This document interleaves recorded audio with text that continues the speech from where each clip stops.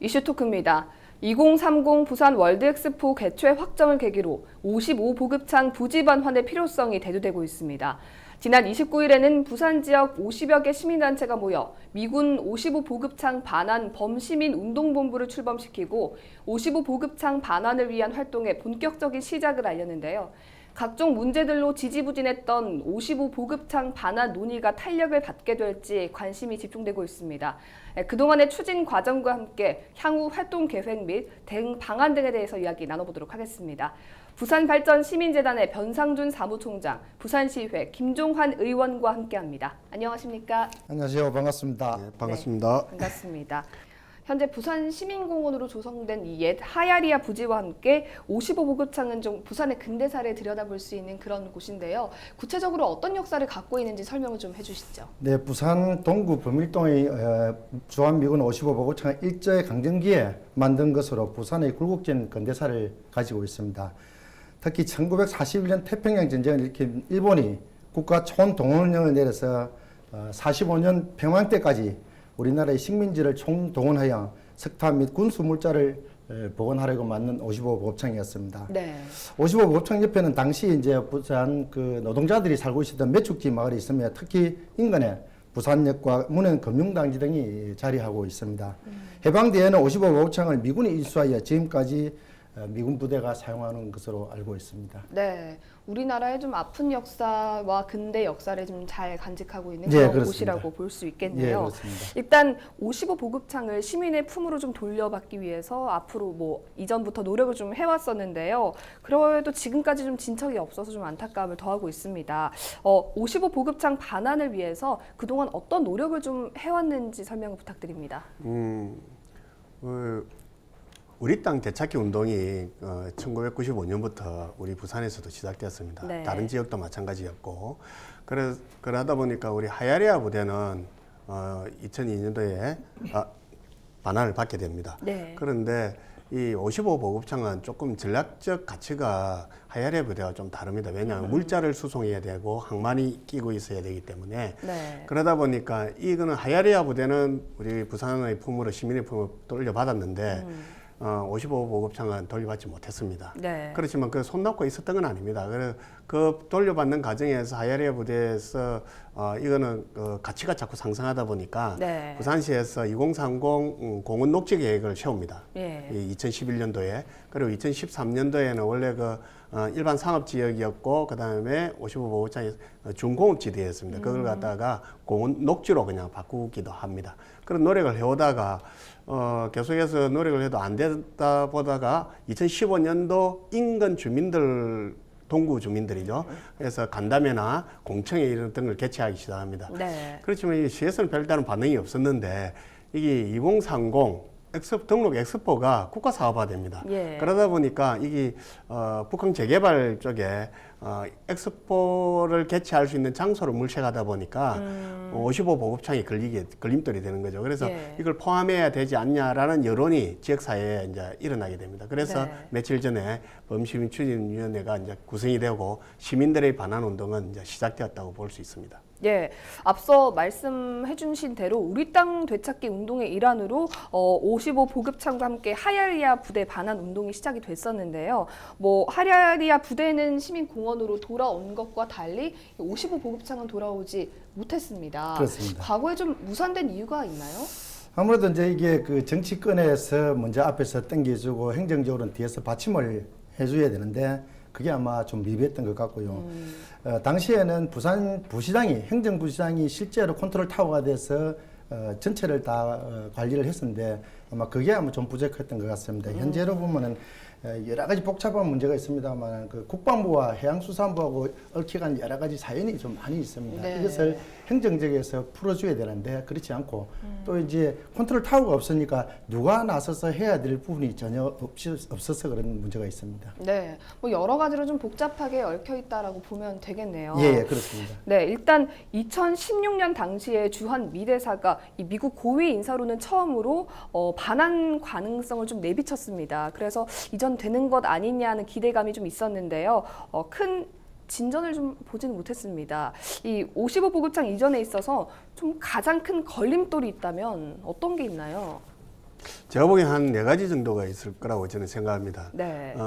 첫째는 이게 군사 기지입니다. 그러다 보니까 안보 문제가 관련됩니다. 전체 미국 봤을 때 네. 그 한미를 좀 방어하는 데 있어서 필요한 지역이라고 생각을 하고 있는 거죠. 그러다 보니까 그걸 옮기기가 쉽지가 않습니다.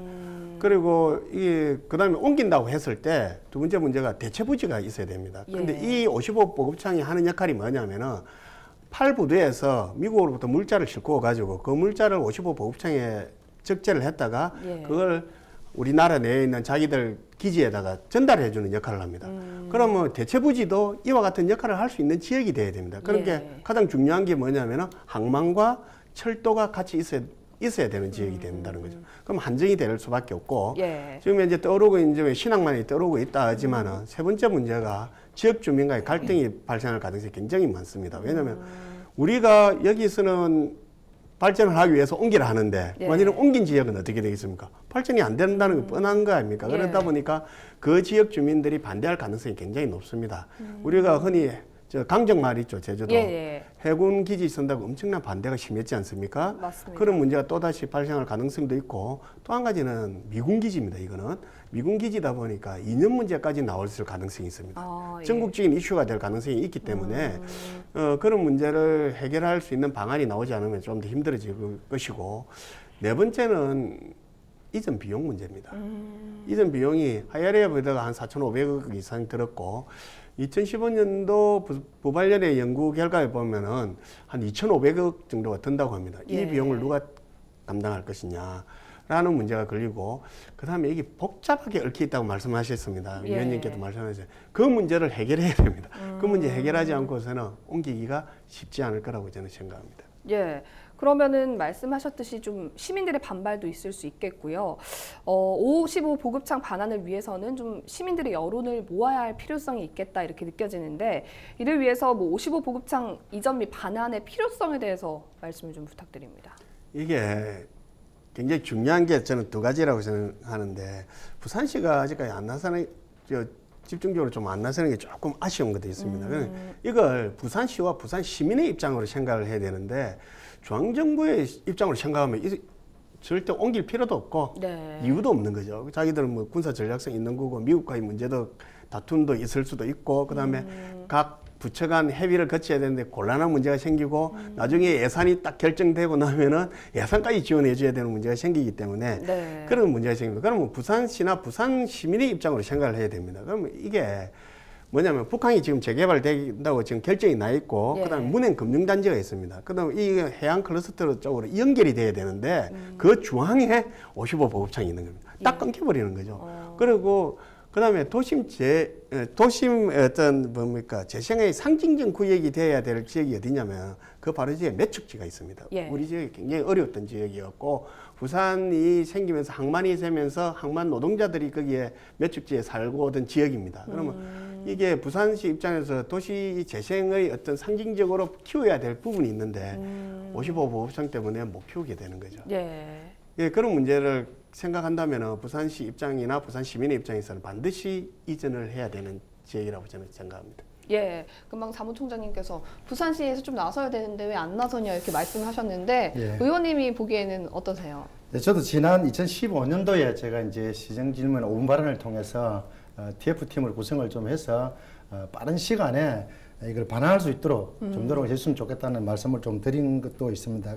그런데 이제 조금 전에 사무총장 말씀하신 대로 이게 시민단체에서 나서줘야만이 활성화되고 이루어지는 것인데 아마 과거에 그 하려 부대 할 때는 그래도 시민단체 많이 활성화됐습니다. 그런데 55 구창에는 아직까지는 그렇게 시민단체에 많은 관심을 가지지 못했어요. 아마 최근에 지난 4월 29일 날 동구청에서 주민 간담회를 가졌습니다. 그리고 아마 어제 부산시에서 시민단체에서 기자회견을 했었습니다. 그래서 아마 앞으로는 시민단체에서 적극적으로 나서고 또 행정에서 이걸 뒷받침을 하면 아마 많은 그 성과가 있을 것으로 생각을 합니다만은 그렇지 않고는 원도심 개발에 지금 걸림돌이 상당히 있거든요. 그래서 이것을 원도심 개발을 하려고 그러면은 55 보급창이 있는 상태에서는 도저히 할 수가 없습니다. 그리고 과거하고 달리 이제 이 55 보급창이 예전에는 굉장히 중요한 역할을 했습니다만 지금은 이제 그만한 요충지가 아닌 것으로 알고 있습니다. 그래서 시민단체에서 빠른 시간을 해서 우리 부산시와 또 국방부, 해양수산부 관련된 부서가 협의를 거쳐서 부산 시민에게 돌아올 수 있는 계기가 되었으면 좋겠다는 생각을 하고 있습니다. 네, 두 분 말씀하시고 좀 종합해서 들어보니까 어서 부산 시민 단체에서 그리고 또 부산시에서 좀 나서야 줘야 되지 않나 이런 생각이 좀 드는데요. 금방 말씀을 좀 하셨다시피 그 55 보급창이 딱 해양 클러스터로 발전할 수 있는 가운데 있어서 좀 저해가 된다라고 말씀을 하셨어요. 이 도시 내 군사 시설들은 이렇게 좀 토지 이용에 좀 악영향을 미치는 게 아닌가 이런 생각이 좀 드는데요. 시간이 흐르면서 이제 군사 시설을 좀 폐쇄하는 경우도 생기지 않습니까? 이런 폐쇄된 군사 시설을 좀 잘 활용한 사례가 있습니까? 뭐 국내적으로 본다 그러면은 우리 부산 하야레 부대 바로 부산 시민공원이 되지 않습니까? 예. 그리고 강주에는 상무대라는 게 있습니다.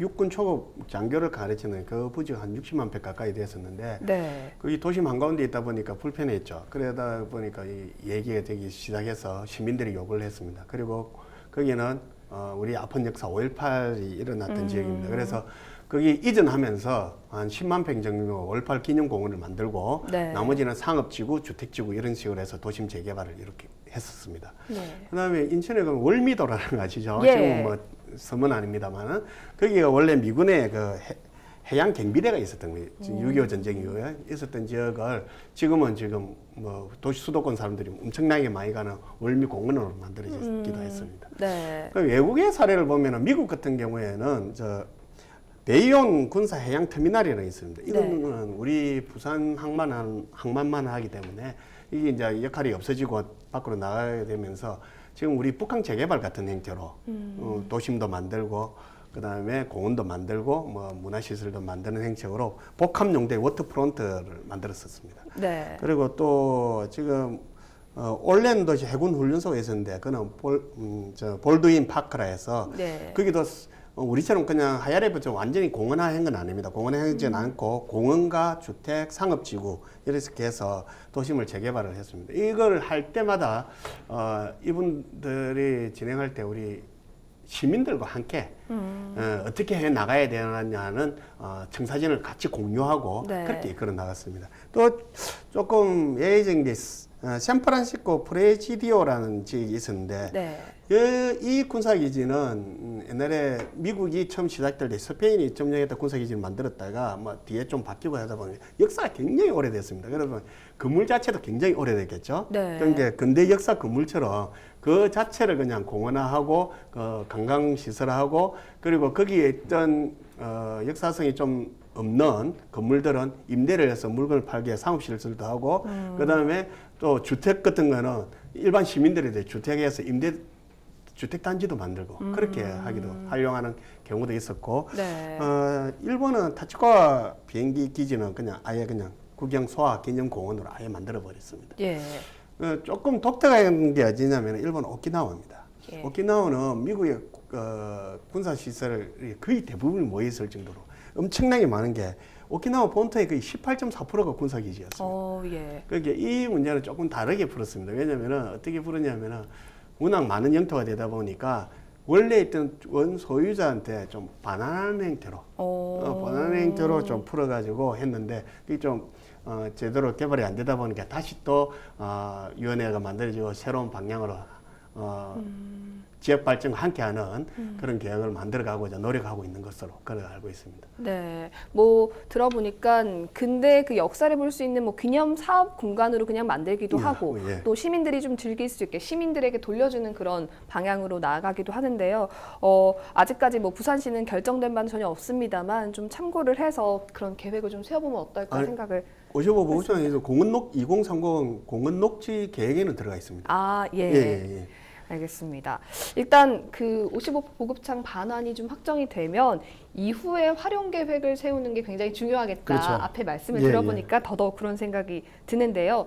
좀 뭐 이전이나 반환과 관련된 논의는 오래전부터 있었던 만큼 네, 그렇습니다. 부산시 차원에서 이런 부분에 대해서 계획을 좀 세우고 있나요? 예, 그렇습니다. 아마 조금 전에 총장이 말씀하신 대로 거린 부산해입니다. 그 약 한 6만 평 정도 되기 때문에 이 부지가 이제 공원화가 되면은 부산시 녹지 공간의 한 0.1% 정도 상승하는 것으로 알고 있습니다. 그래서 부산시가 2004년도에 6월 달에 수립한 계획을 보면은 거기에 이제 해양 그 테마파크라든지 그렇지 않으면 해양 전시관이라든지 여러 가지 복합 시설이 들어오는 걸로 지금 되어가 있고요.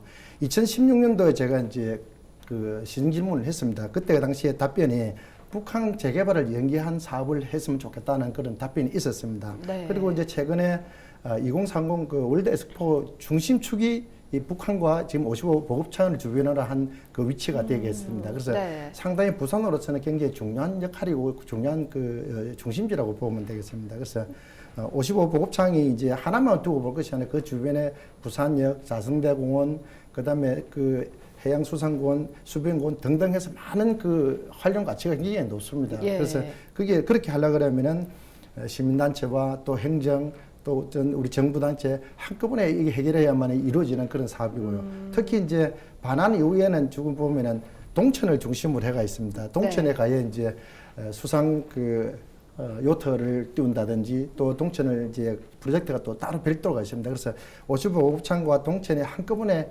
이렇게 그 연결을 해서 발전시키는 그런 계획도 아마 가지고 있는 것으로 알고요. 특히 그게 하려고 그러면은 부산시뿐만 아니고 또 이제 항만공사가 같이 해야 됩니다. 왜냐하면 네. 부지가 항만공사 부지가 굉장히 차지하는 비율이 상당히 높습니다. 그래서 항만공사하고 같이 해서 문화관광이라든지 우리 시민공원을 만들어서 부산 시민 전체가 같이 활용할 수 있는 방안을 마련했으면 좋겠다는 생각을 가지고 있습니다. 네, 이제 부산의 시민단체들이 모여서 본격적으로 이 55 보급창 반환을 위한 움직임에 좀 나섰습니다. 앞으로의 활동이 좀 기대가 되는데요. 뭐 시민들의 노력 그리고 부산시의 노력과 함께 정부나 또 부산시 차원의 대응도 좀 필요할 것 같거든요. 어떻게 보십니까?